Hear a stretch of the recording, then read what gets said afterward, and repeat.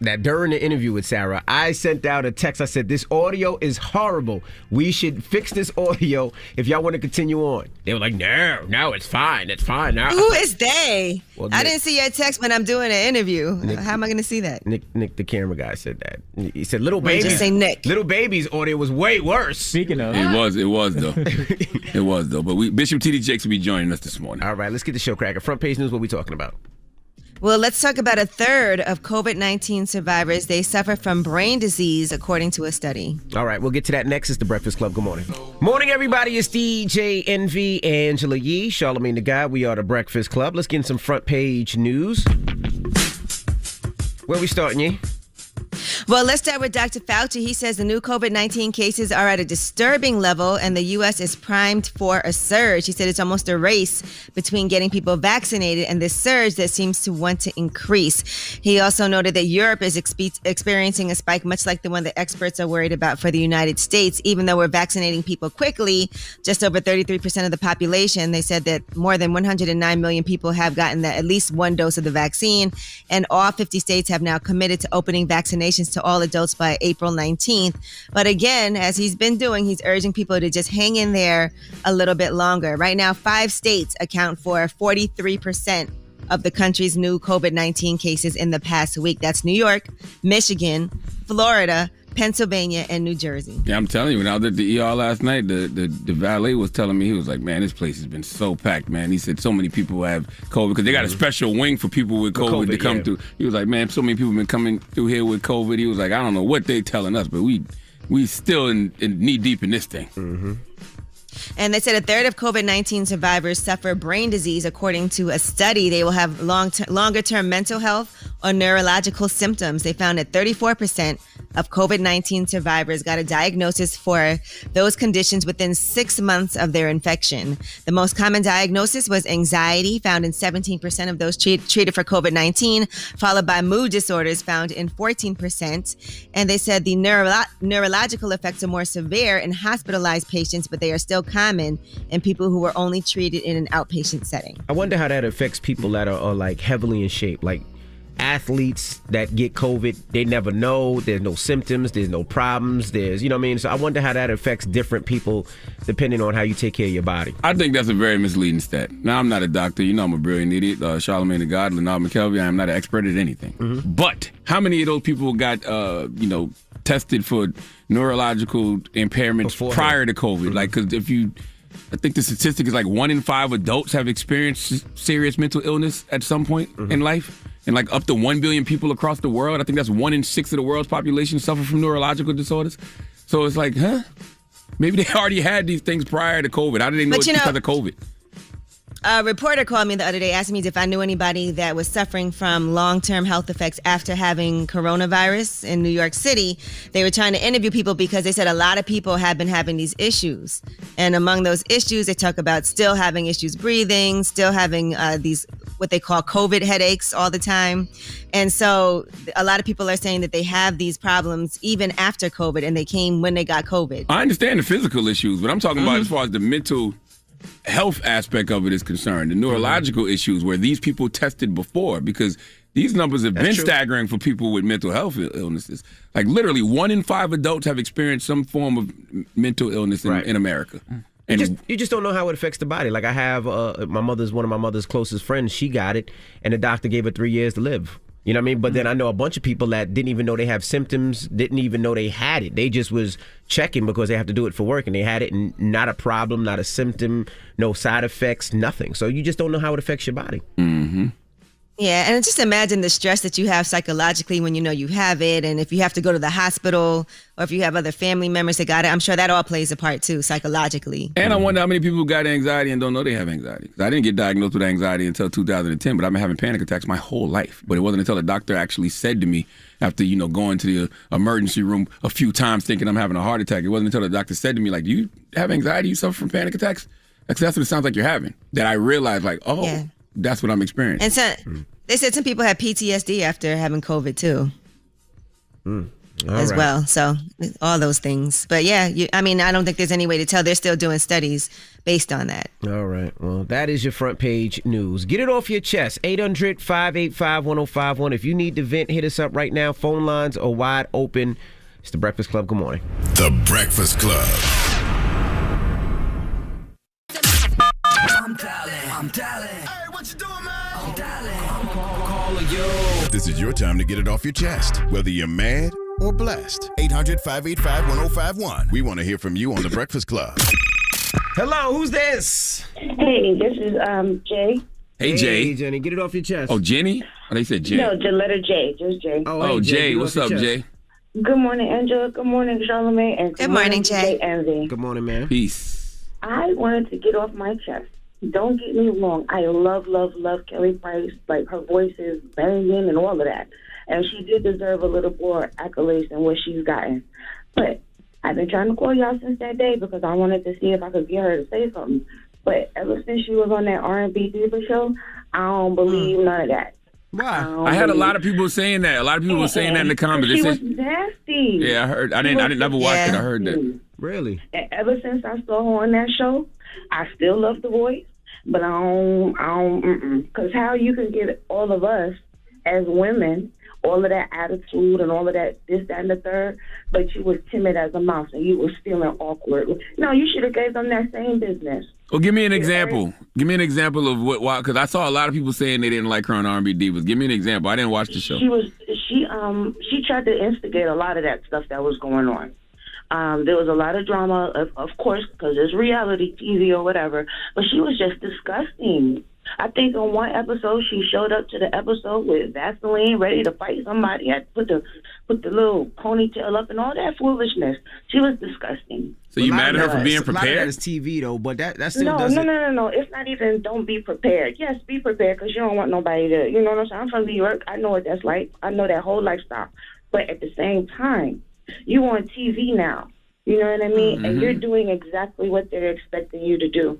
And you can see, because you can see somebody's real intention. Mm-hmm. You know what I mean? You can see it. Right. So regardless of all the editing and this, that, and the third, and whoopty-woo-woo-woo, in the end, your nastiness still showed.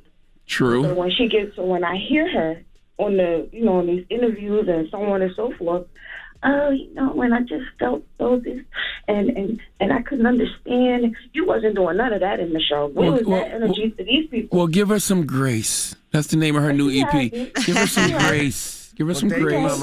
You're right. I just want her to, be for real. True. Be the same real person right. who was on that And show. I remember, Thank you. I remember afterward, people really didn't like her, and she did some interviews talking about it and saying that it was like for TV and stuff like that. I don't know. So. Yeah, that still doesn't stop the fact that, I feel like the industry damn near blackballed her or didn't really F with her because of her size and weight. You know what I mean? That's, she had that's 2 platinum really albums, though. though. Like, she didn't lie about that. That really happened. She had 2 platinum albums, though. Her first album was platinum, second album was platinum. Mm-hmm. Hello, who's this?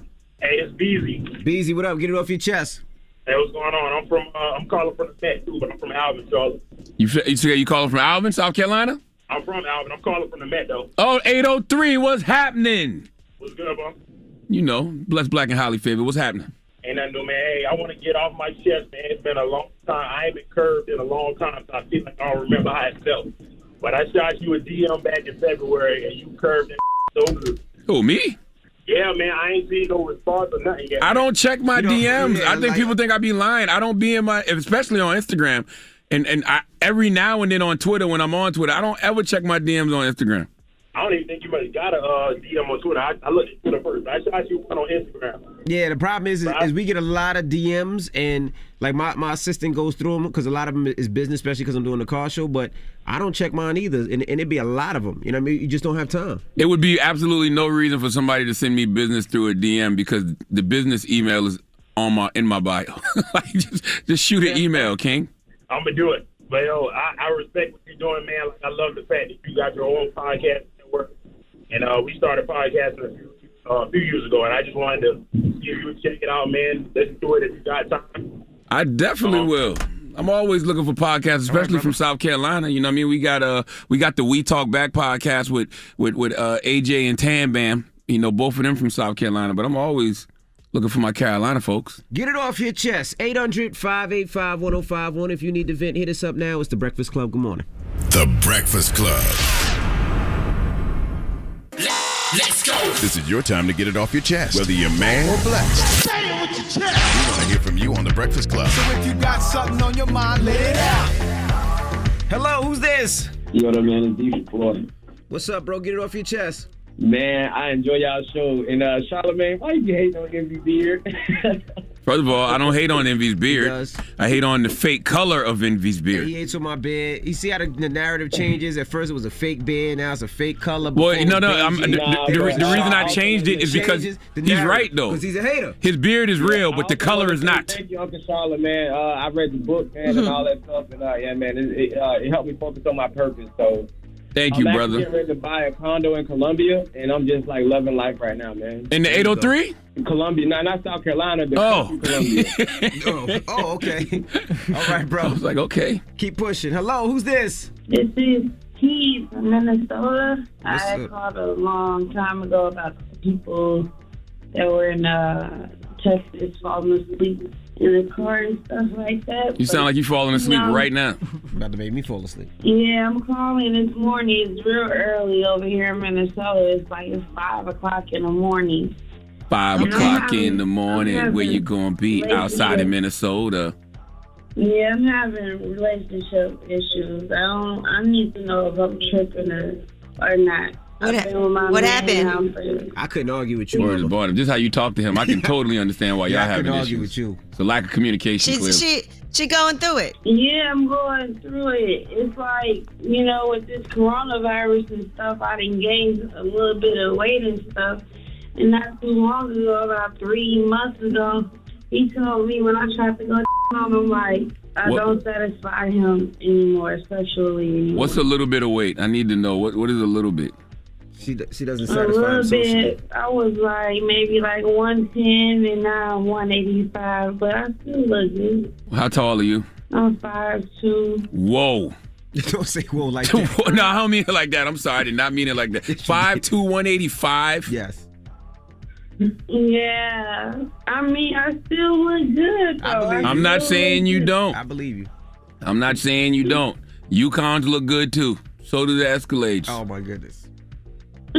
Well, clearly you went through some things, though, that You was going to say something like that, too. What? I was going to say what? Well, I mean, clearly you've had some issues. Like you said, it's been COVID. You gained a lot of weight, and you're not happy with that, right? Yeah, what can we do better to get back to how we used to be in the bedroom? Cardio. Okay, and I just signed up at Planet Fitness and stuff. There you go. know. See, and that's dope because y'all can go do that together because I'm sure he's gained some weight too. You So gotta y'all eat can better. go as a couple to Planet Fitness. That gives y'all something to do every now and then y'all can have great conversation while y'all working out and the drive there and the drive leaving. Oh, and then last night, Boy. last night we was sleeping and all of a sudden I hear, this having a wet dream. Got coming all out of his stuff and I'm like, dude. Okay. Wow. That could have been me. I was so mad. I woke up this morning so mad, like, that could have been me. What you was dreaming about? What if he said you? No, wet dream. Let me talk to All right, him. well, Let me talk to him. Let me talk to him. I hear him. Let me talk to him. Here you go. Oh, my gosh. Yeah, what's up, my boy Charlamagne, Angela Yee, DJ Yee. What's up? Young King, bro? tell us the problem, man. Be honest with me. Tell me the problem, bro. I know you ain't mad because your girl gained a few pounds, bro. Yeah, I think a few pounds is okay. I dealt with bigger women back in my days, my heyday. I'm only 30, so like back in my teens, I had a few heavy set ones, So what's the problem? The problem is her attitude. Her attitude doesn't match my attitude. I would like to be, happy, and I like to uplift people, and I like to lift my girl every day. And sometimes she just catches attitudes out of nowhere, and that just excuse my language, but it just catch me out of nowhere, like the attitudes and this nagging about this and nagging about that. Maybe y'all need couples therapy, bro. I thought about that too. Definitely. Go to couples therapy, man, because you love her, right? Yeah, I love her. I've been with her for almost 6 years. Come on, you love her, you want to be with her. Y'all gonna have ups and downs with weight. Just go to couples therapy and figure it out. I like the fact that y'all know what bothers y'all though, and y'all telling each other. That's dope. I don't think it's the weight per se. I mean, people gain weight. It's COVID. Everybody gain weight. See, right. Now you have to have some grace. But what about this wet dream? What were you dreaming about? I have no idea. And if I did have any idea, I probably wouldn't say. Well, I haven't had a dream about because, All right. I I mean, y'all, the way y'all both talk, I think y'all deserve each other, man. But we appreciate you for calling in. Yeah, and y'all know what y'all need to do. Y'all know what the problems are, so go figure out some solutions. You know what I'm saying? Both of y'all need to go loose. One thing, Charlamagne. One thing, Charlamagne. I need them books, man. I got you. If you promise to go to couples therapy, I will make sure I get you Black Privilege and a copy of my book, Shook Ones. I promise you. I go to couples therapy. All right, hold on. All right, hold on 1 second. Let's get the information. Ooh, that took a lot of energy out of us. Get it off your chest. 800-585-1051. We got rumors on the way? Yes, Steve Harvey was on Comedy Gold Mines with Kevin Hart's podcast, and he talked about revisiting that Miss Universe mix-up and how painful that was for him. All right, we'll get into that next. It's The Breakfast Club. Good morning. The Breakfast Club. It's about time. What's going on? Rumor report. This is the Rumor Report Talk to him. with Angela Yee on The Breakfast Club. Well, the 2021 iHeartRadio Music Awards will be May 27th from 8 to 10 p.m. Eastern live. And that event will also be aired on iHeartMedia radio stations nationwide and, of course, on the app. Now, we're going to be there this year is the question. I don't know about that one.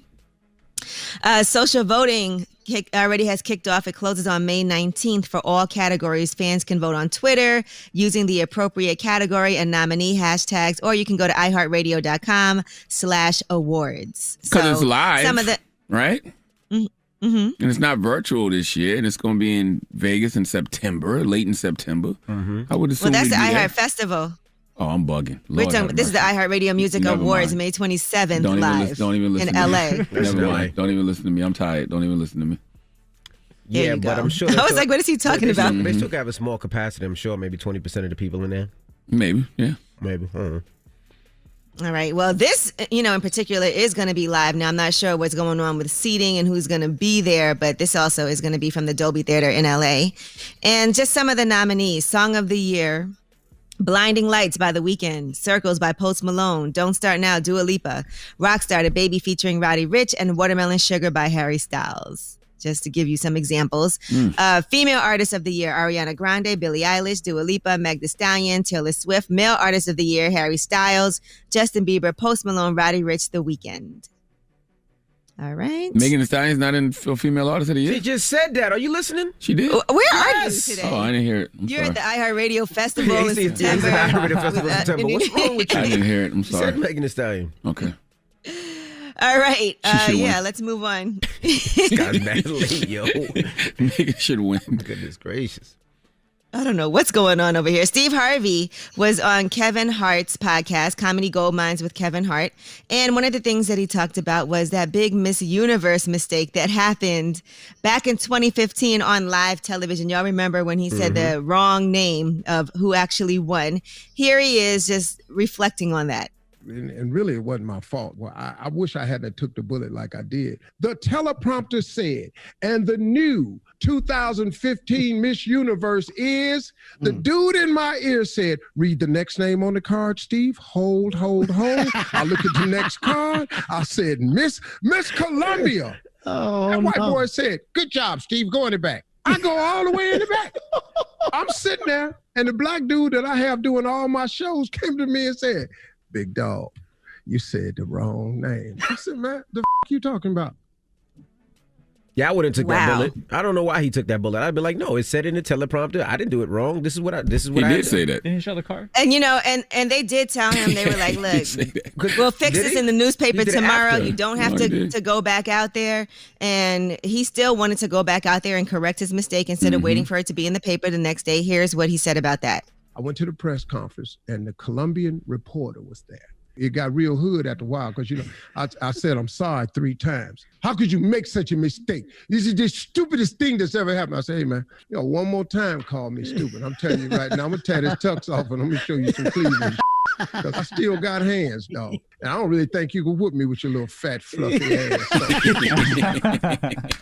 I stand with Steve. I love Steve. Okay, man. drop on the clues Steve, bombs for man. Steve Harvey. Live TV is no joke. Mistakes happen, but here's the thing, and Steve knows this. Some people just don't like him. And when people don't like you, they will ride with anything or anybody that's against you. So when it's an opportunity to pile on, people going to pile on. That's all that was. Well, he said this was the worst week of his professional career. Listen. Man, when I woke up the next morning, it was everywhere. And it was the worst week of my life, man, in this show business. I mean, man, them boys was driving by my house. I lived in Atlanta, had a little gate in front of my house. They was throwing rocks over the gate with notes on it. You know, they was calling me names. You know, I don't know Spanish, but I know punta, something. Yeah, I know that ain't good because it was punta in all the notes and all the texts and... That's funny, man. That's interesting, though, because I feel like I've seen Steve get it worse. Like, I would have liked to know how did that compare to the backlash he received when he went to Trump Towers. You know what I mean? Because to me, it seemed like that backlash was worse than what pageant was that? Miss Universe? Yeah. But I think the problem with this was, this was like something that was memed everywhere. People made fun of it. But then it also affected one person in particular. That was Miss Columbia. Imagine she thought she won. So she came out there, and she has spoken on it since then. It wasn't a mistake. It was a mistake, but imagine you think you won, and then the whole country's mad. That wasn't my fault. I think you would still feel bad for her, right? Yes, yeah, but you shouldn't be attacking Steve. I mean, that's something that she's been trying to. She's never attacked him. No, she actually said that. But people did. Yeah, of course. And that's why it was really tough for him. Listen, y'all know somebody makes a mistake like that. Nobody's paying attention to whose fault it was. They looked at that like, Steve messed up. How did you make a mistake like that? That's just how people looked at it. Hey, and if man. they didn't hear this interview, they'll still think that same thing. You know how it is. I just watched Miss Sri Lanka, or Miss World, snatch Miss Sri Lanka's crown off because they announced her the one to put the crown on her head, and then she said something about some technicality about not being married and literally took it off her head. The headline on Hollywood Unlocked was Miss Sri Lanka sustains injuries after Miss World snatches winning crown off her head. That was way worse than just mistaking the name. You know that actually happened on The Bachelor. You know, one of the girls was wearing a crown, and then the princess, she took the crown off the other girls. Okay. No, y'all don't watch The Bachelor. I heard that your guy is back with the girl. I forgot both their names. Matt. I don't know. He's back together with. I don't follow them after they leave the show. You're a liar. Okay, my bad. They move on. You're a liar. You be in all a DMs. No, I do not. Yeah, they said Matt, James, and Rachel are back together. I don't even know who these people are. Are they going to be at the iHeart Festival in September? I'm sure they will. Probably, actually. Yeah. Probably so. They probably will be. I'd rather get those and that is your reality stars rumor than us. report. Absolutely. All right. Now, when we come back, Front Page News, what we doing? Yes, let's give you a recap of what's happening as we've been doing with the Derek Chauvin trial. All right, we'll get to that next. It's The Breakfast Club. Good morning. The Breakfast Club. Your mornings will never be the same. When a train hits a vehicle at a railway crossing, the results are often deadly. Be cautious at crossings, and if the signals are going, don't be tempted to try and sneak across the tracks, even if you don't see a train. Stop. Trains can't. Brought to you by NHTSA. Hey everybody, it's DJ MV Angela Yee, Charlamagne the God. We are The Breakfast Club. Let's get in some front page news. Where we starting, Yee? Well, let's start with the special agent who led the Minnesota Bureau of Criminal Apprehension investigation into George Floyd's death, James Ryerson. He was shown a clip from Minneapolis police body camera footage of George Floyd saying something while handcuffed and on the ground. And at first, he was saying that he thought Mr. Floyd said, "I ate too many drugs." But then when the prosecution provided more context, he actually changed his mind on what he heard. Listen to this. Did it appear that Mr. Floyd said, "I ate too many drugs"? Yes, it did. I believe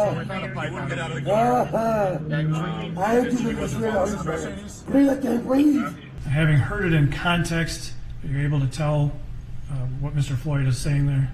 Yes, I believe Mr. Floyd was saying, "I ain't doing no drugs." I swear, nobody can gaslight you like a covert white supremacist. It's like who is on trial here? Is it George Floyd or Derek Chauvin? And I understand what they're trying to prove. They're trying to prove that George Floyd had drugs in the system and drugs killed him. But no, that's not what happened, guys. No. And gals. No.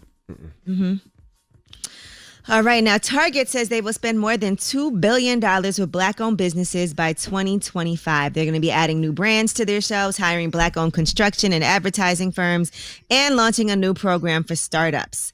As you know, a lot of major companies like Nike, Walmart, Ulta Beauty have done their own racial equity pledges, like featuring more Black people in ads, reducing the number of police or security in stores. But now that's what Target plans to do, hiring more Black-owned companies and putting more Black-owned companies on the shelves. I mean, I appreciate the effort, but that is nowhere near enough. $2 billion from now until, 2026? Do you know how much Target makes in a year? Their annual revenue, is like $78+ billion That's crazy. a year. What is $2 billion over the next, 5 years? What is it? What did you say, 5 years? 4 years. 4 years? Until Come 2025. on, man. I mean, it sounds good in theory, but when you actually see how much these companies are making, no. Right. Well, they've also committed to increasing Black representation in their workforce by 20% over the next 3 years. I'm with that. Yeah. So listen, I can say that a lot of these companies need to implement diversity initiatives and make sure that they're spending money with us because we spend so much money with them. Absolutely. The crazy thing and is, I think that's the minimum that they should do. A lot of them have diversity programs, but a lot of times we don't know how to get those funds or get that from the diversity programs. And the only reason I'm saying this is now that I'm doing my car show in Atlanta, a lot of them are telling me that they have this money to give to Black businesses and Black entrepreneurs, but they don't know the necessary steps to give it to them. So the money just sits there for a lot of these businesses, which is crazy. I'm like, you don't have any Black people in the business that can help and guide to where people are doing it and where the money can go. A lot of them just don't know. Yeah, and they said they're actually going to seek out advertising firms, suppliers, construction companies, but they also have a program called Forward Founders, and that's for early stage startups led by Black entrepreneurs to help them develop, test, and scale products. And it'll be modeled off of their Target Accelerators program for startups that the retail uses to foster up and coming brands. Trust me, I'm on it because I got some brands that should be in Target. So yeah, and I love the 20%? What did you say? 20% of the workforce is going to be Black. Additional 20%. They're going to increase their workforce by 20%. Yeah, I love that because I think every corporation, in America, the workforce and, leadership positions should reflect the population of Black people in America, which is at least 14%. So a 20% increase is great. But $2 billion over the next 6 years for a company that makes $70+ billion a year, no. That's cute, but no. Right. And we can all be intentional about doing our part. I had the coffee company, Coffee Uplifts People. We're opening a coffee shop, and we hired a Black design firm to make sure that they hold down the whole space and design everything with us. So we actually just started with that yesterday, which I'm excited about. Dope. All right. Well, that is your front page news. Now, are you ready to get your spirit full?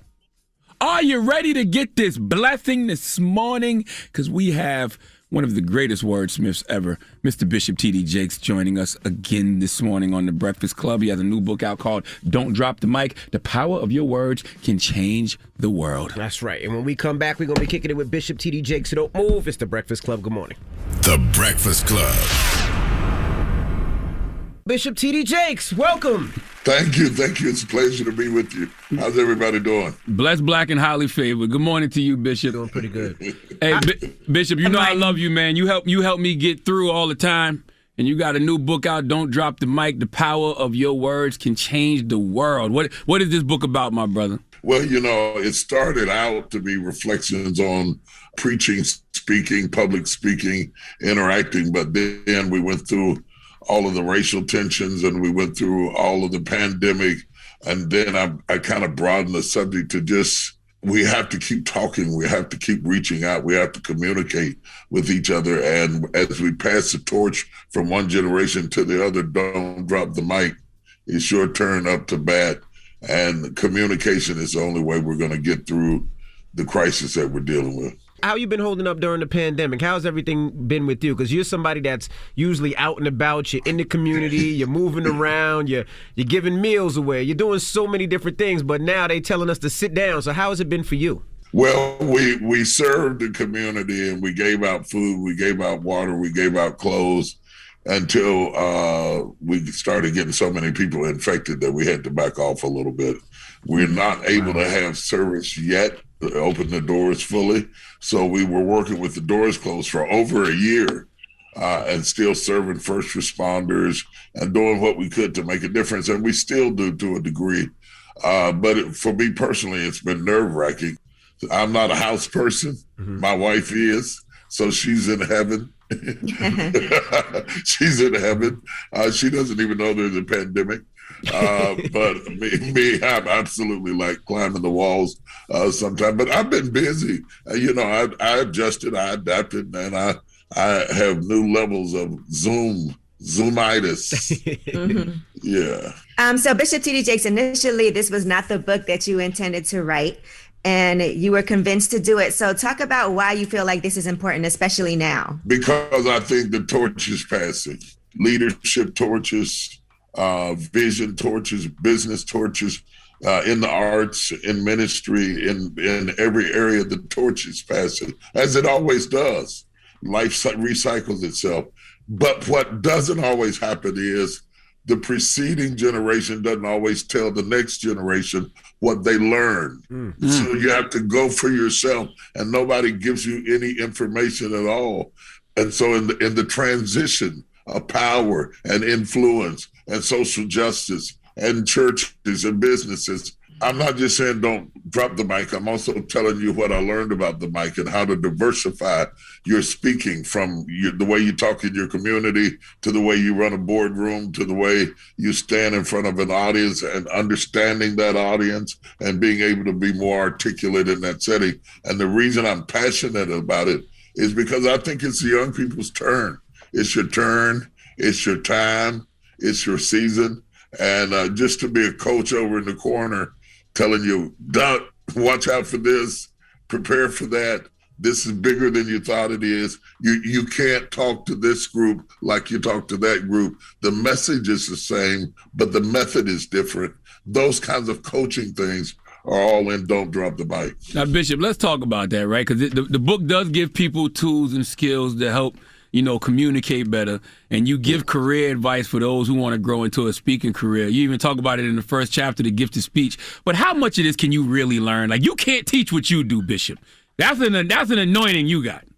It was driving me crazy trying to articulate what I do. Nobody's ever put that kind of demand on me before to explain it. I can do it, but it's hard to explain it. I think you have to have the God-given instinct inside of you, and the book will help you to go further. But let's be honest, if you don't do it for anything but to help you in your personal relationships, communication is hard with your kid, with your wife, with your parents, being understood, talking to each other and not at each other. And so I think to some degree it will broaden your life no matter who you are, but particularly to people like you and others who hold a mic. There's a difference in the way that you talk in this setting and the way you talk when you're negotiating your contract. And so being able to be bilingual enough to walk into different rooms creates broader opportunities for all of us. Why do you think as a community we do that? I always talk about it. There's so much that I feel like we don't learn, and then our kids have to relearn it. Like when we don't try to teach our own, like, and not just mentally, or it's whether it's real estate or it's either taxes, accounting, attorneys. Like, we don't teach each other. Why do you think that is? I think it's the fear and the focus on getting up, that people are so focused on getting up that they don't reach back. But you reach a point in life that for me, it's all about legacy. It's all about who's next. It's all about helping you get where you're trying to go. I'm good. I'm satisfied. I'm happy. I just want to help my children and my generation's children achieve their dream, and to leverage whatever influence I have to help facilitate that gives me fulfillment. Is that the reason why now on Sundays, when I tune in to Potter House, sometimes it may not be you speaking, it might be Sarah, or I can't remember I can't remember the other woman name, the white Tubman, Pastor Tubman. There you go. Is that the reason? Yeah, I'm passing the mic. You can't pass the mic and not give the younger people a shot. And I don't want to just rust out up on the stage. I want to give somebody else a shot. Do you think the younger generation doesn't communicate as much as, say, we used to, just because there's so many different distractions, and also the way they take in information might be smaller sound bites than what we're used to? That's what I talk about in the book. The Gettysburg Address would have never been a tweet. You can't do Henry Wadsworth Longfellow in emojis. That great speaking, which I start out talking about, Dr. King, that actually changed the world. Nelson Mandela, people like that changed the world, were articulate. There's been more changes in the world because of speaking, because of a microphone, than there has a pistol. And in the midst of your anger, understand that we have not won these battles by shooting them down. We spoke them down. And I just don't think we understand the power of the mic, because we're raised with emojis and TikTok and all of this other stuff. And we don't understand the virtue of eloquence and the significance of articulation has changed the world, and it still will. All right, we have more with Bishop T.D. Jakes when we come back. Don't move. It's the Breakfast Club. Good morning. Morning, everybody. It's DJ Envy, Angela Yee, Charlamagne the Guy. We are the Breakfast Club. We're still kicking it with Bishop T.D. Jakes. Charlamagne? In the book, you talk about how social media is diluting the power of words. So how can people use social media to help instead of harm? First of all, I got everything social media I can get. I don't have TikTok, but I'm about to get it. Okay, so I'm on it. I think you just have to control and not take the way you talk in a social media environment to work with you, to your marriage, to your children, to make yourself right and think and read, and not just think that because you Googled something, it's true. It's okay to read a book. You can't lead if you don't read, but everything you see on the internet absolutely is not true. But we have a generation who takes the internet for gospel, right, that it is absolutely right. And so just opening up communication to tell them how to check, how to verify, how to really get the real deal, especially in a pandemic. We want to separate fact from fiction. There are proper ways to use it that will enhance you and not deteriorate your intelligence. You should have dropped this book 15 years ago, though, because there's a lot of those old tweets and old words on social media that is definitely coming back to change people's worlds nowadays, and not for the better. Yeah, it's a scary thing. It's a really scary thing. The other thing that's important is we don't just communicate with words. We use body language. We use voice inflection. Our eyes communicate.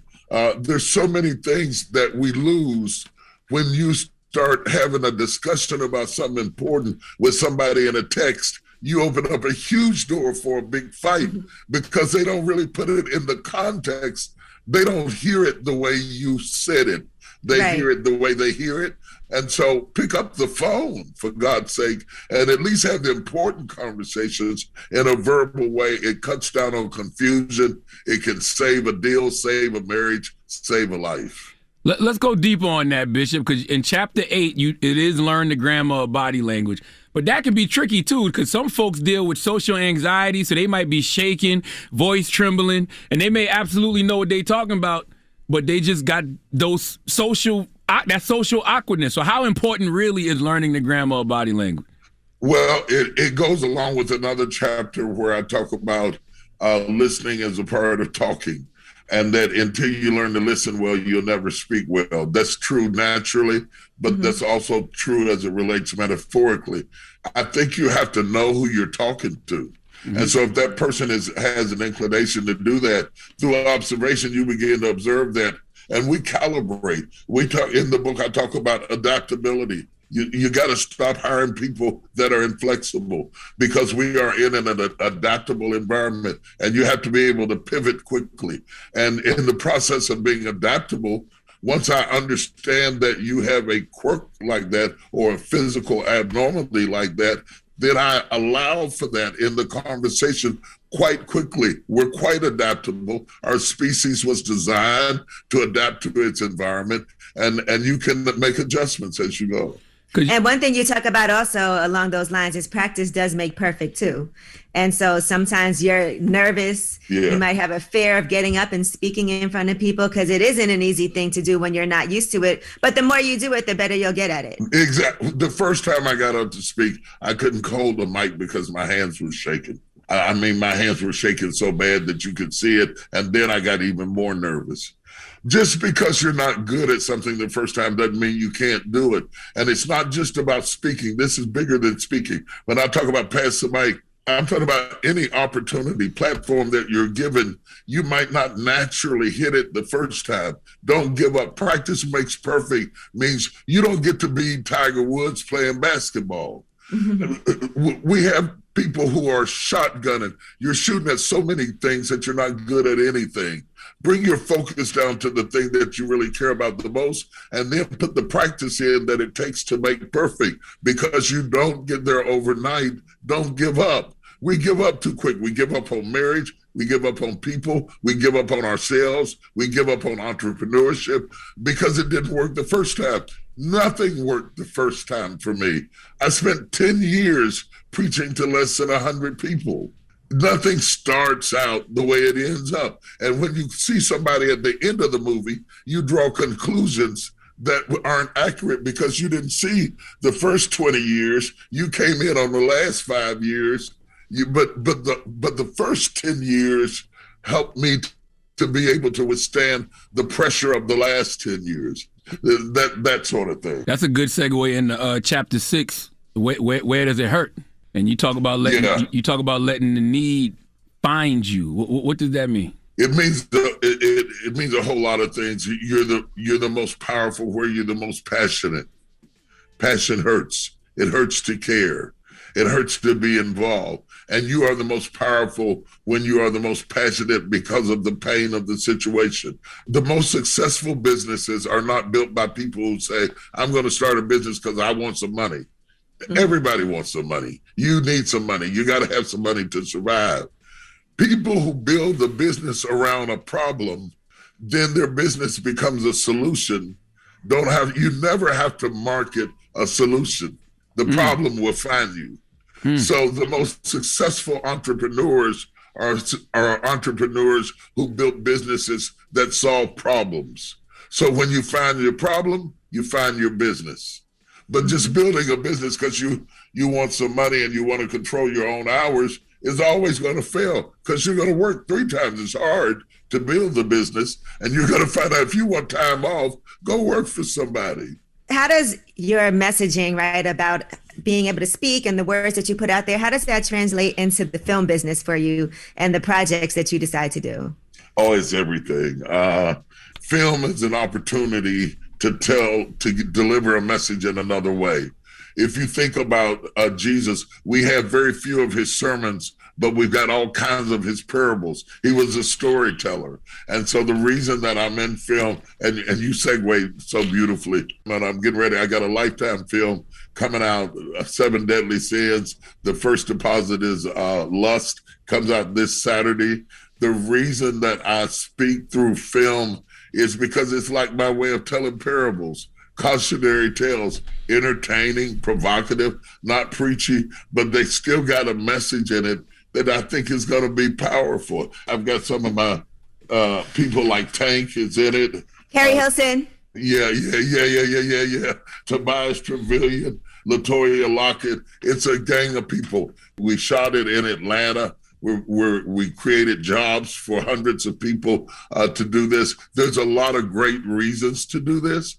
Mm-hmm. I have had a relationship with Lifetime before, and we did a project with them, Faith Under Fire, and it was one of their top producing films. And so we're back doing 7 Deadly Sins. We've got 2 of them already done.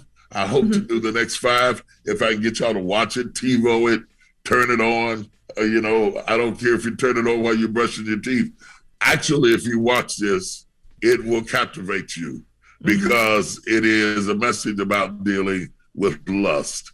And that's something everybody deals with at one point or another. Everybody. Even you, Bishop? I think I remember a day.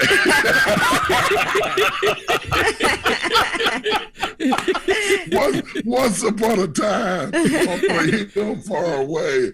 Yeah, I remember it. Now don't move. We got more with Bishop T.D. Jakes when we come back. It's the Breakfast Club. Good morning. Morning, everybody. It's DJ Envy, Angela Yee, Charlamagne the Guy. We are the Breakfast Club. We're still kicking it with Bishop T.D. Jake. You speak to a lot of young people. And during the pandemic, you know, I know my kids, but during the pandemic, I really know my kids. I know what they eat. I know everything about them because we're all up on top of each other. And I'm watching TV with them. And while watching TV with them, I realized that the shows that they're watching, the cartoons, are a lot different. Meaning, I'm watching the cartoons and I see that one of the cartoon things say that they are depressed. And I'm watching the cartoon saying that they have anxiety and they need money. But I'm thinking about at that age, I never had those conversations. I never thought about money or being depressed or anxiety. Do you think what these kids are watching now is making them open to this stuff too early? I think that what they're watching is a reflection of how they're feeling. I think the reason that we're seeing an uptick of suicides amongst Black children is because they are traumatized. You cannot have these images of the murder of George Floyd and people. Those images for children are terrifying. What they're dealing with in the school, trying to figure out what a pandemic is, trying to figure out why grandma died and we couldn't go to the funeral. They are traumatized. And I don't think that the cartoons are creating it. I think they are reflecting it and trying to make the parents aware, because sometimes, and I know this from raising 5 kids, I was so involved in trying to feed them, keep a roof over their head, make sure they had school books and everything they needed, that sometimes I didn't realize that my kids were going through trauma too. And so I want to encourage all the parents that are listening at me right now. I know you're busy, but we can't leave our kids alone because they're going through another kind of trauma that will come back to haunt you in later years over and over and over again. Trauma does not go away. Trouble don't last always, but trauma hangs around. Oh, I tell people all the time, if you don't deal with your trauma gonna end up dealing with you. Absolutely. And I think we really need, again, a language. In the book, I talk about being bilingual, and being able to relate to children is very, very important. They have a different language, a different way of communicating, but it's important. I looked up in my church, I'll soon be 64 years old. I looked up in my church, and my church is 50% millennials. And I thought, how did that happen? It's not so important that I be one. It's important that I connect with you, that I resonate with you, that I care about you, and then that I communicate with you. You know, Bishop, we had Sarah on the other day, your lovely daughter. I mean, the audio was messed up, but she said how supportive you were when she became pregnant at 14. How did you feel when you initially heard that news? What was your inner language to yourself before you spoke to her? It was a scene I will never forget. It was as if all the air went out of the room. Sarah walked in the door and told us that which she had hidden from us for a long time. I was shocked. She'd never been on a date. I was disappointed. I was hurt, but I was committed, because to me, family is loyalty and ride or die. That's right. Up or down, sink or swim, I'm always going to have your back. But I will not lie and act like that was easy to hear. It was difficult to hear. But later, fast forward, I would have done anything to get her out of that situation within reason. I wanted to save my child from the grief and the agony and the controversy. And then when you're a public figure, you're living in an aquarium and everybody feels free to discuss your life. Fast forward, I realized that the very thing that went wrong became the spring from which all of her ministry came out of it. All of who she is today came out of it. And sometimes the best thing to do with kids is let them go through what they've got to go through to become who they've got to become. I know that now, but in the moment, it scared me to death. Did you care about the words of the church, your congregation? No, that didn't bother me. That wasn't the part that bothered me. Everybody thought that would be the part that bothered me. I don't care what people think. I cared about my child. That's right. And by the way, for my church wrapped around us like a blanket. They were very, very loyal. Of course, there were haters, and there were people who said horrific things, but they were irrelevant to me. When you weigh your child against the public, if you don't pick your child, you're not a father. That's right. Now, what are your thoughts on the vaccine? What are you telling your congregation? Are you taking it? I took the Moderna. Okay. I took both shots. I went in the room with my sleeve up and my pants down. What? What the hell, Bishop? I'm teasing. Was that when you had the lust? You dealt with lust? No, this was not a lust. This was a life thing. Gotcha. At 64 years old, hypertensive, slightly overweight, doing funerals every time I turn around for people who died of COVID and comforting families who have contracted COVID. I needed to have the vaccine. I don't really tell my congregation what to do. I'm not a medical professional, but I lead by example. I did it on TV. I did it on Dr. Oz. I did it in front of people. I didn't hide that I did it. I would like to see us do it. I understand why we're afraid of doing it.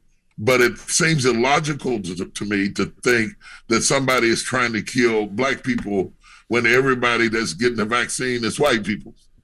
Right. If you look at the stats, the preponderance of the majority of people who are getting the vaccine are white people. We need to understand the myths from the facts and then make a decision. And don't listen to me. Listen at your doctor. Listen at your health professionals. Pay attention to them, because we already got enough maladies that when we contract the virus, we don't always recover, especially older people. Now in my area, the average age of death is around 35.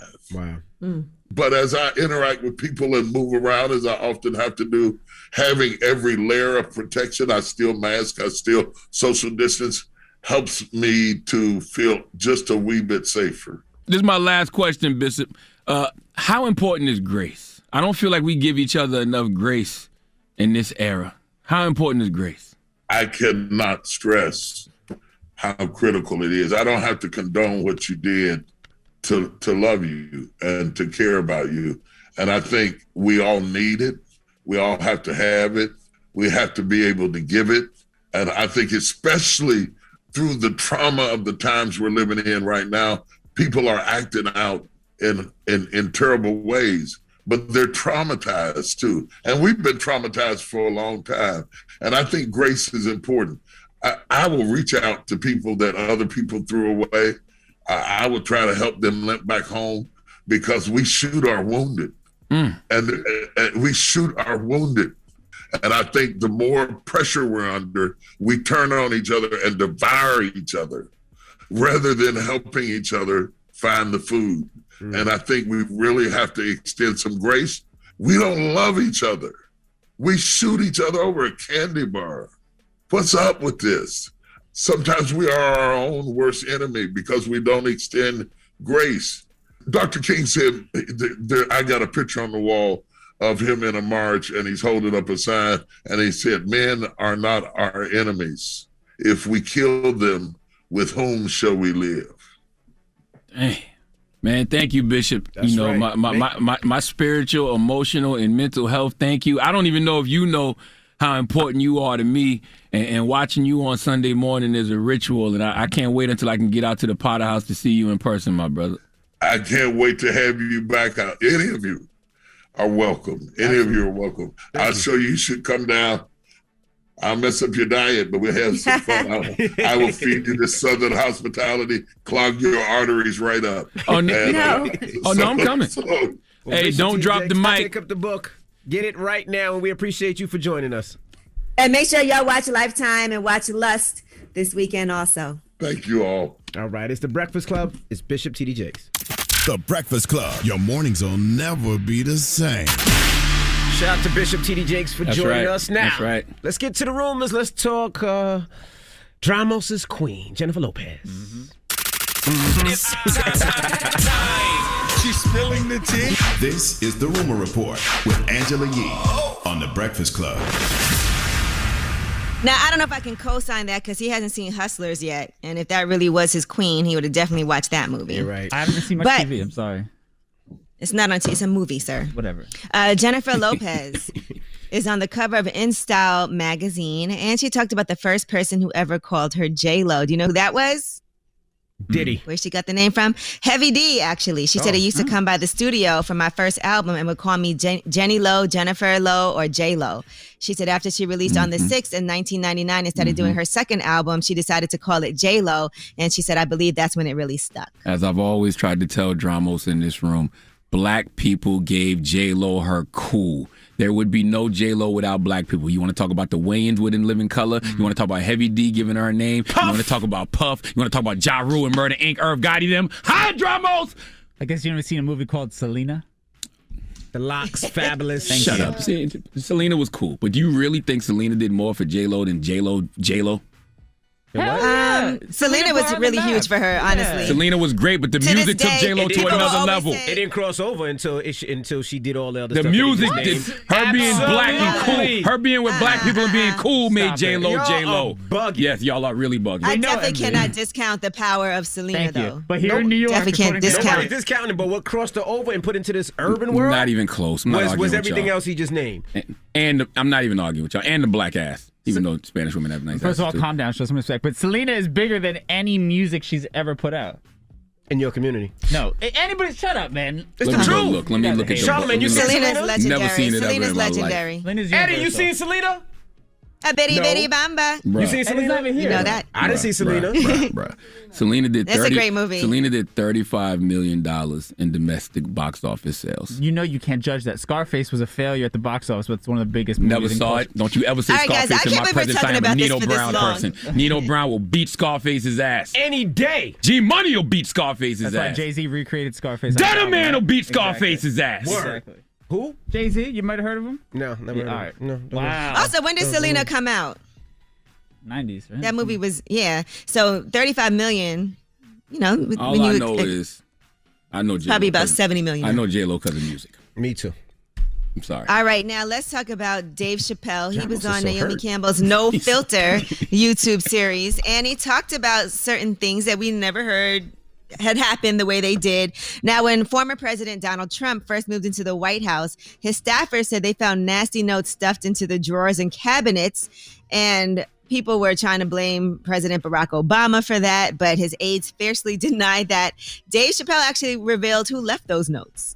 It was one of the last big parties the Obamas threw. And I'm not going to say these celebrities' names. There was a thing, remember when the Trump administration moved in, they said the Obama staff left dirty notes for us in all the drawers and all the cabinets. Now I saw this happening. I'm not going to say who did it, but it was celebrities was writing all this crazy and putting them all over there. And I saw them doing it, so when I saw that on the news, I laughed real hard. Who y'all think did it? Let's who y'all think? If you had to pick one artist, I don't know who was at that party. Wrote a note. I got to read the letters. I would have to know the context of the It probably letters. was Dave. Probably was Dave. I'm not going to say who did Probably it. was Dave. Now, as much as I have to say, listening to this story made me miss President Barack Obama in the White House. Here is Dave and Naomi just reminiscing about Obama's dance skills. But that was really a fun night. And then President Obama went to sleep, and then he came, or I don't know if he went to sleep, he went up upstairs and he came back because the music was so good. When Obama walked back in, the crowd parts, like the Red Sea, like everyone, like, it's everyone, like, I mean, many of these people are black, which is arresting sight. It's almost surreal, like you can't believe you're in that place, experiencing this culture. And the president walks in and everyone's kind of looking at him, and he goes like this, dabs like this, and the crowd went crazy. I'll never forget that. He can move, he can dance. Nice reminiscing.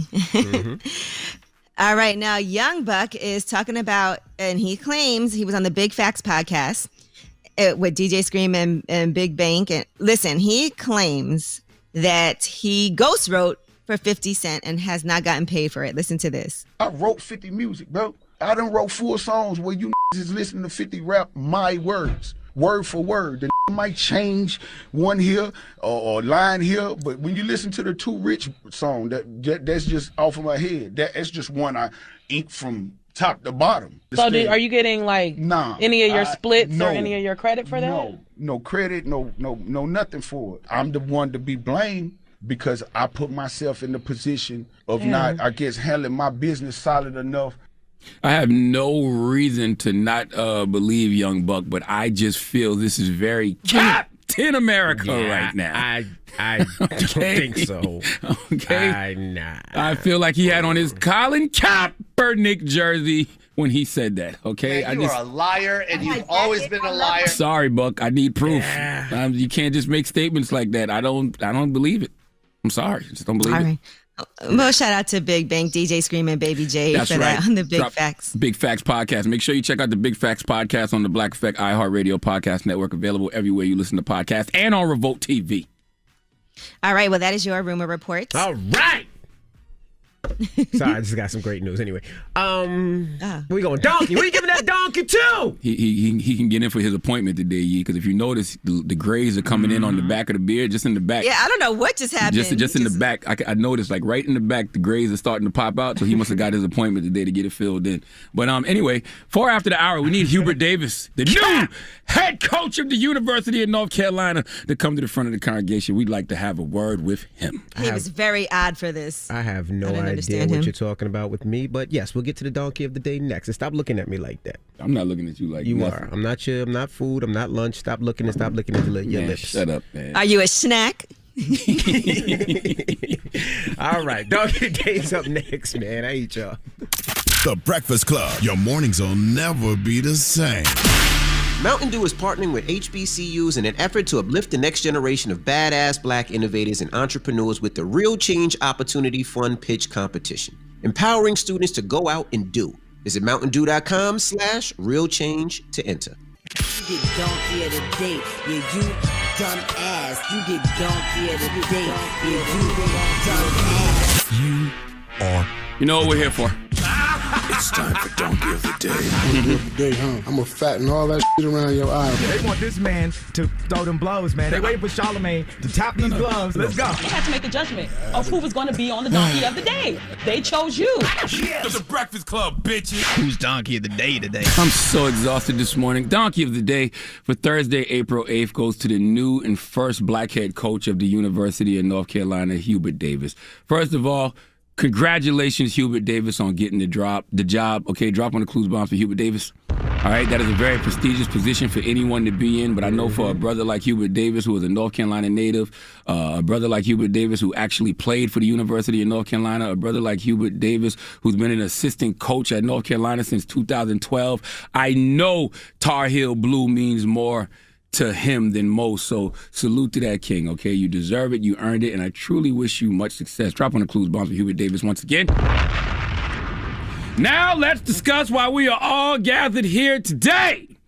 Hubert Davis had his first news conference since being named as head coach in North Carolina, and it's a historic moment, right?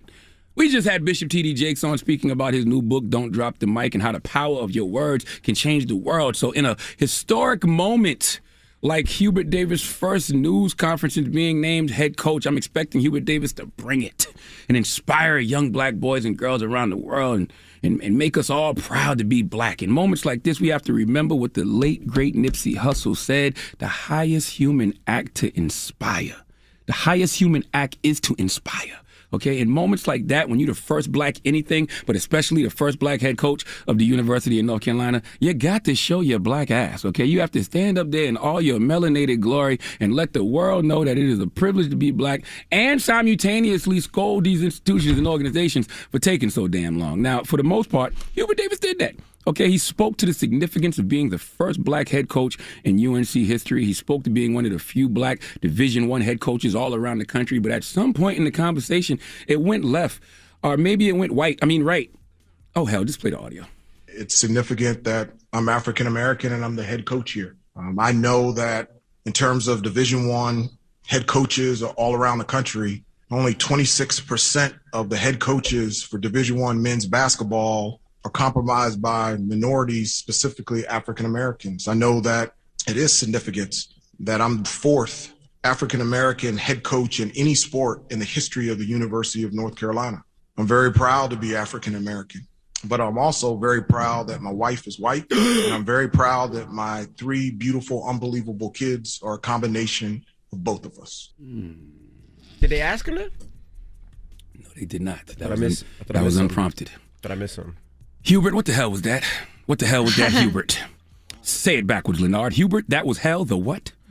I'm happy that you are proud of your white wife, but what in the what does her skin color have to do with anything we are talking about right now? Does she have a name? What's her name, Hubert? I'm sure that she would have preferred and appreciated a shout out by her full name over being labeled the white wife that you're proud of. Now, when she walks into Dean E. Smith Center next season for basketball, that's how people are going to see her. There goes Hubert Davis with his white wife. Let me tell you something, Hubert Davis. You let Dr. Umar Johnson down.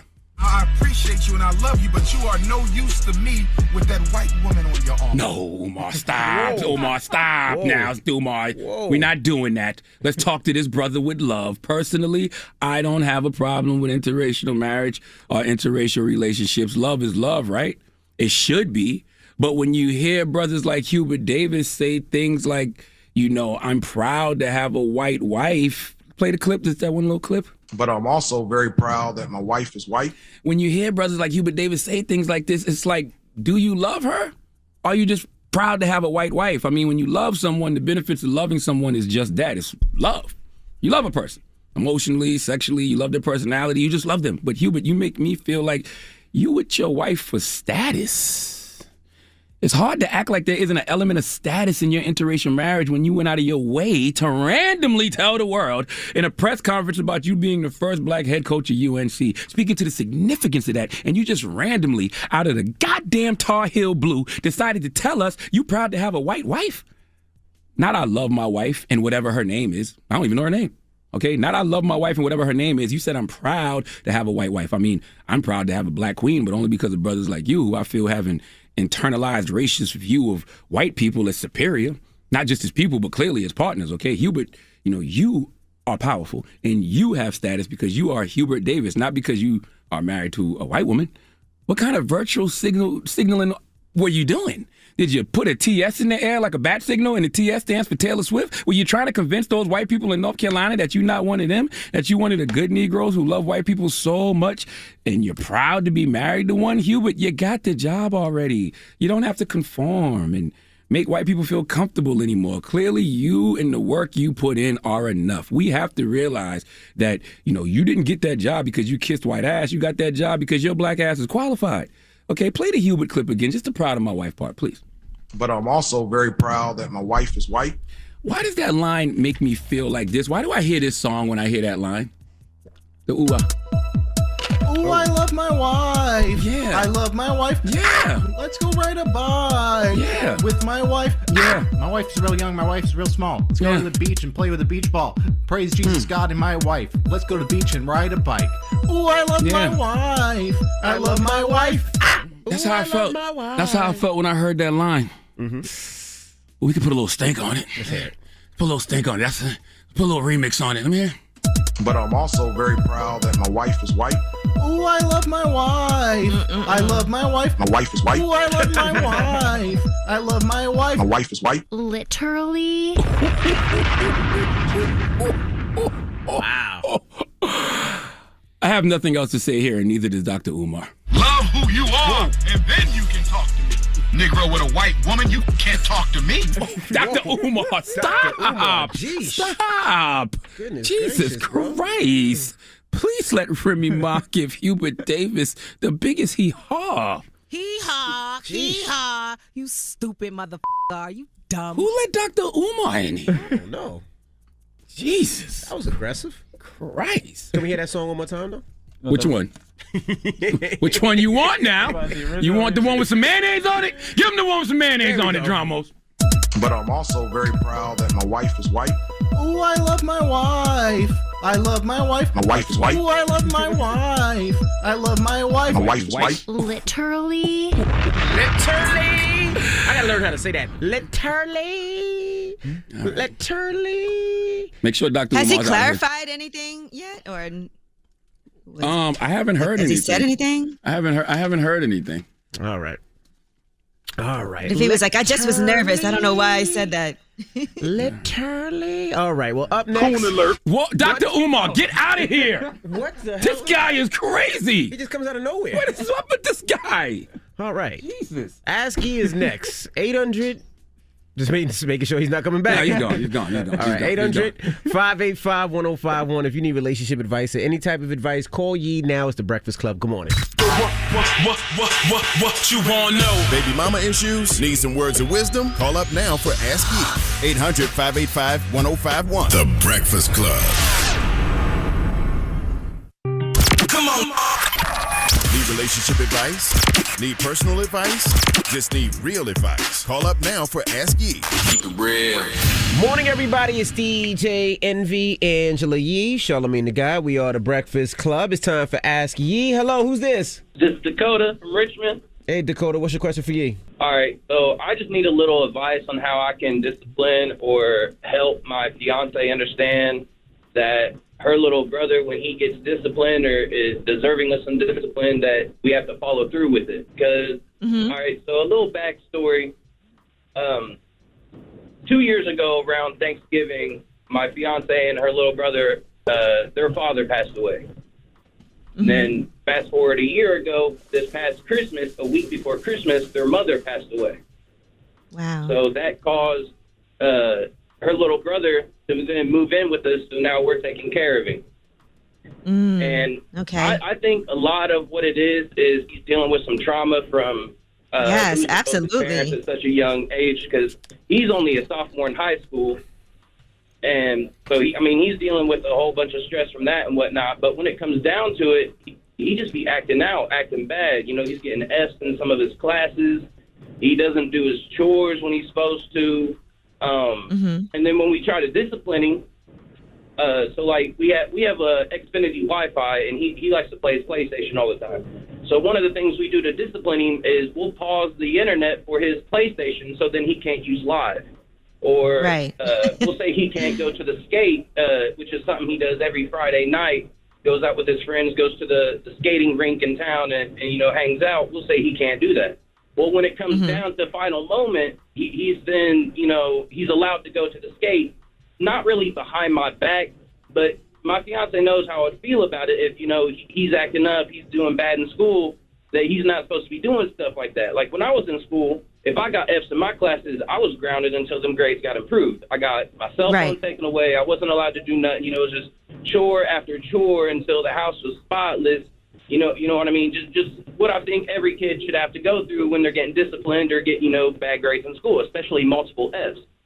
But when it comes down to it, it's like she says it in the moment, oh, you're grounded. You're getting this taken away. This is happening after this, whatever. And then when it comes down to it, he's allowed to go to the skate. Oh, but just like you said earlier, he's definitely gone through some trauma, and that's not something that can be brushed over. Is he talking to somebody? Do y'all have him talking to a therapist about that? Because the acting out could really be from that, and she could also be going softer on him because she knows he's gone through what he's gone through. Right, yeah. We have a strong support system through the rest of the family and whatnot. We're always, there for him and trying to talk to him, but he kind of shuts down a little bit. He doesn't seem to want to open up about his feelings. Right, because it feels like maybe he needs to talk to somebody away from you guys, where that might mean he goes to a therapist who doesn't personally know him and can help with the tools to work through some things. But that's a lot to go through, and especially and high school is already a difficult time.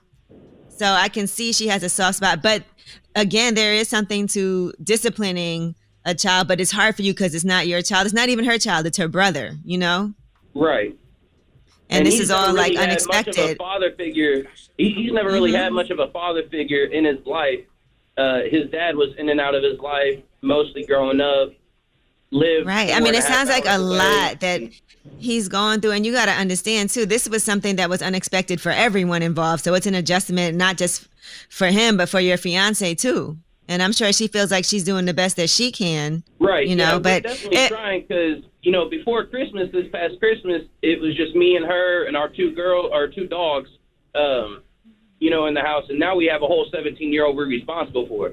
Yeah, that's a lot. I just want to say y'all might need, and there's nothing wrong. There's nothing wrong with needing professional help for all of you, as far as even like parenting and just learning the right way to do things too on your behalf as well. And how do you deal with a teenager who's gone through this trauma, who is, it seems like in response, acting out? It might mean that all of you guys need to talk to somebody professionally so you can get those real tools. It's important. Right. Okay. Okay.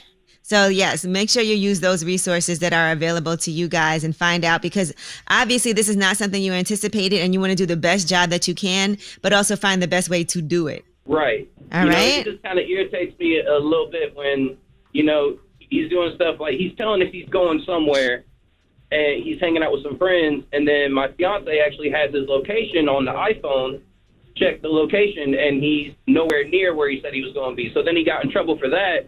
And that was right before spring break. Well, spring break. Y'all got to pull up. Grounded, she did pull up on him. It was crazy.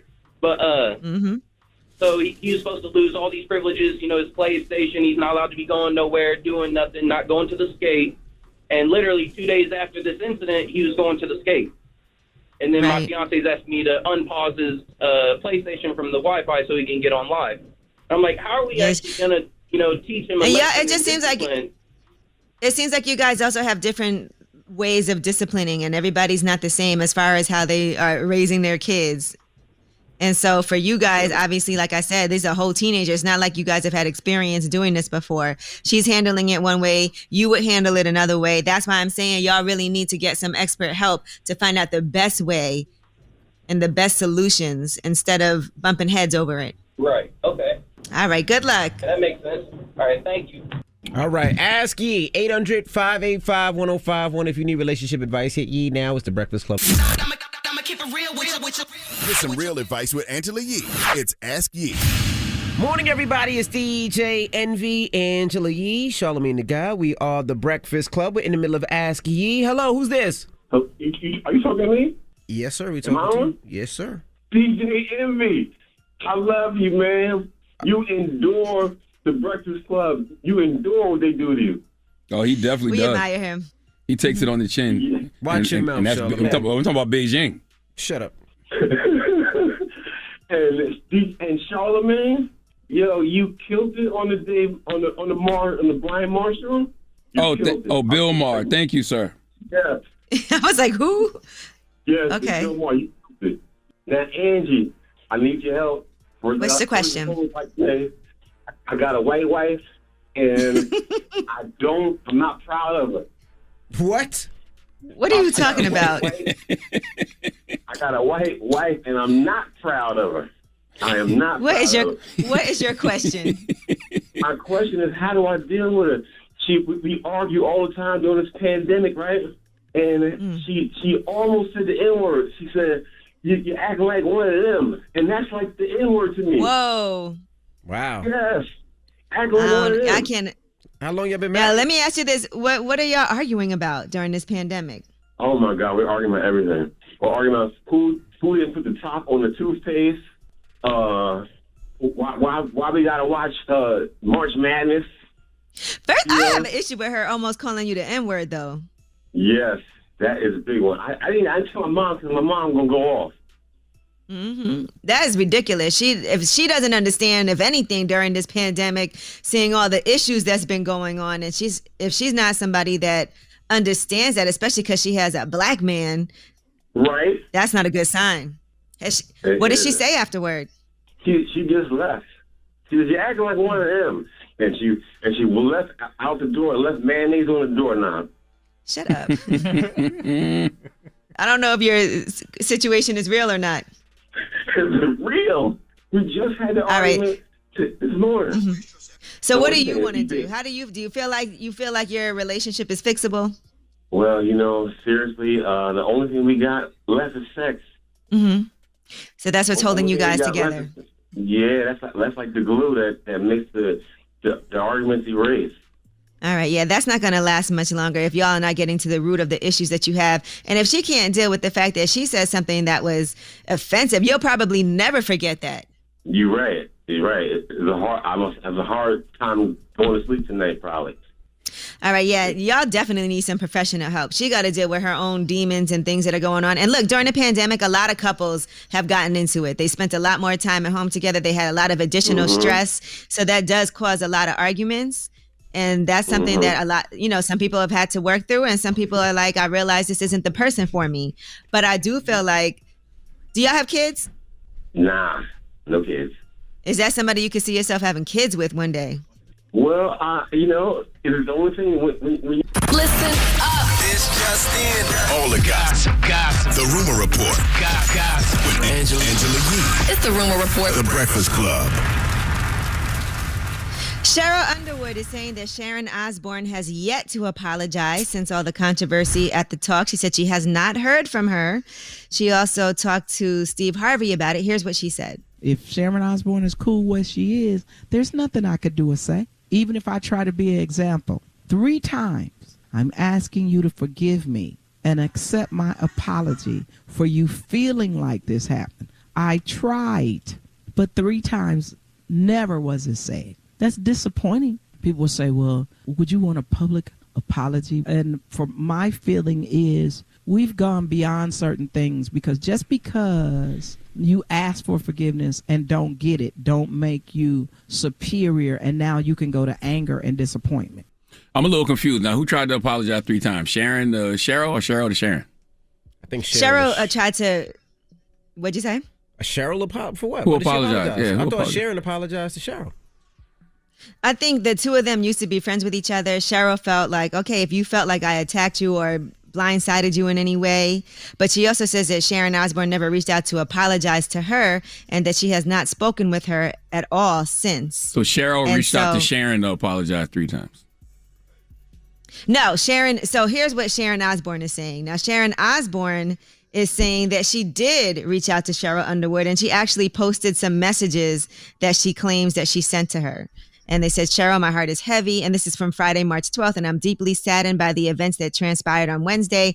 I don't want to lose my true friend over this. And she posted several messages that she said she did send to Sharon Osbourne in an attempt to apologize. Yeah, it's too confusing. I do agree, though. Just because you want to be forgiven doesn't mean I have to forgive you. I'll forgive you in my time. You know what I mean? You can apologize to me, but that don't mean I have to accept it now. I might accept it later. So, and don't get mad when I don't in that moment. Right. Yeah. And Cheryl looked at her phone. She said no. And Cheryl, by the way, is also doing a 3-part series on her podcast called Sharon Walks Away. And so she's, feels like Sharon Osbourne was truly her friend, and said she also has not received that apology. She going to have the Saucy Santana playing? Let me see you walk, walk, walk, walk, walk. That'd be hard. All right, now Khloe Kardashian is speaking out, and that's after an unauthorized photo of her surfaced over the weekend. And her people were going overtime to make sure it got scrubbed from the internet. We talked about this yesterday. It wasn't a bad picture, but I guess she just didn't like it, and she did a very lengthy post on Instagram, and she posted another picture of herself. She said, "Hey guys, this is me and my body, unretouched and unfiltered. The photo that was posted this week is beautiful, but as someone who has struggled with body image her whole life, when someone takes a photo of you that isn't flattering in bad lighting or doesn't capture your body the way it is after working so hard to get it to this point and then shares it to the world, you should have every right to ask for it to not be shared, regardless of who you are. In truth, the pressure, constant ridicule, and judgment my entire life to be perfect and to meet other standards of how I should look has been too much to bear. Khloe is the fat sister. Khloe is the ugly sister. Her dad must not be her real dad because she looks so different. The only way she could have lost that weight must have been from surgery." And then she goes on to discuss how people don't care because she grew up in a life of privilege and people act like she's not human because she's on reality TV. But she says every flaw, every imperfection has been microanalyzed and made fun of to the smallest detail. And I'm reminded of them every day by the world. Does social media make it hard to deal with the real you? Like, I wonder if you put so many filters and all of that other stuff on pics that when a regular pic is posted, does it drive you crazy because you're used to it being altered? I wonder. Having control. Yeah. But and she says that nobody should have pictures like that. But y'all know we all got them friends that you take a picture with a group of people. You're the only one that looks bad in it, but they'll still post it if they look good. There's a lot of unflattering pictures of people floating around. So I don't know if that everybody has the power to get things scrubbed off the internet. Yeah, I understand about the unflattering pictures. I'm just wondering, does the social media make it hard just to deal with the reality of who you are and what you look like? Because you can be just a real picture of you with no filter, no nothing, but it'll drive you crazy because it's not all filtered out. Right. And a lot of times you see people in person and you're like, oh, damn, they look way different than in their pictures. And that happens all the time because people do too much to their pictures. So yeah, that's why I just keep it natural, man. Me, Morris Chestnut, like there's no need for us to touch up anything. It's just you're gonna get this organic blackness. Get out of here. Thank you, Dramas. They say you have an app to add eyeliner. No, that's natural. I mean, listen, that's natural. I hear he talked about him curving his eyebrows before. He wanted to be Dominican. He arched them. It ain't my fault. God paid a little attention to detail and gave me natural eyeliner. Bro, you didn't arch your eyebrows? I mean, when I was a kid. But that's only because some girls gassed me up. Not some girls gassed me up. They told me that I would look like Tupac if I did that. Shut up, man. They did. You look crazy. Salute to Sharina and all right. I will never forget y'all ever. We used to do telemarketing together. Y'all did them dirty. Lil Wayne is planning a Young Money and Friends event, and that's going to be in LA for August, and that's with his cannabis brand. So he's come into an exclusive agreement with this Memorial Coliseum for all these events for years to come too, by the way. They're going to host a series of parties, performances, and other events for in-person and streaming audiences. So that's the first one is going to be in August. So it's going to be Lil Wayne, Young Money, and unspecified guest performances. Okay. That's dope. If y'all are interested. And I know you're interested in this. How about a reboot of House Party? Yeah, I see LeBron and them's doing that, right? Yes, LeBron and Maverick for Spring Hill. They're gonna and Reginald Hudlin and Warrington Hudlin are gonna be executive producing, by the way, as well. So I know y'all big fans at House Party. What do you think about a reboot? I think that'd be dope. I don't want to see none of those movies rebooted if they're not going to keep the problematic, toxic stuff in there. Because whether y'all want to admit it or not, the problematic, toxic stuff is what made it funny. Yeah. Like, what is House Party without that jail scene? Now, in hindsight, that was super homophobic. It was. But at the time, it was hilarious. It was. I seen it the other day. It was on the other day, and I was watching it. Hilarious. That's what I'm saying. Like, I don't want to see the woke versions of any of these movies. I know the Lucas brothers are doing Revenge of the Nerds over. LeBron them doing House Party. Leave them alone. Let's create some new stuff. What about a Medea prequel? What about a Medea prequel series? A Medea prequel? What you mean a Medea prequel? Yes, that's in development at Showtime from Tyler Perry. I feel like that's that a drama just came prequel out series recently, right? About the early life of his iconic character Medea. So they've ordered multiple scripts for the project. It's called Mabel. Now that might be kind of dope because Mabel probably young and fine. Mabel probably like tall and 20-something when she moved to Atlanta in 72. Okay. All right. Did you know that Medea? Did you know Medea's Tyler Perry, Charlamagne? Yes, I knew that. Okay, so make sure. All right, and that is your. I'm talking about the character Medea. So young Tyler Perry. Well, in character, yeah. All right. She's gonna be fine. She's gonna be fine. All right. Well, that is your rumor report. All right. Yeah, I'm not looking forward to seeing it. All right. I'm the only one? Yes. I'm going to stay out here on these islands by myself then. I don't care. All right, you stay with your little arched eyebrows over there. My eyebrows are not arched, they're natural. Yeah, all right. All right, Revolt, we'll see you tomorrow. Why be smudging? Everybody else, let's get to the mix. Let's go. The Breakfast Club. Your mornings will never be the same.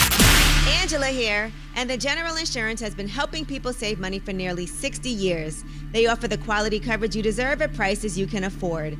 Make the right call and go with the General. Call 800-GENERAL or visit thegeneral.com. Some restrictions apply. Morning, everybody. It's DJ Envy, Angela Yee, Charlamagne the Guy. We are the Breakfast Club. Now, shout out to Donnell Rawlings. If you don't know who that is, he's a comedian.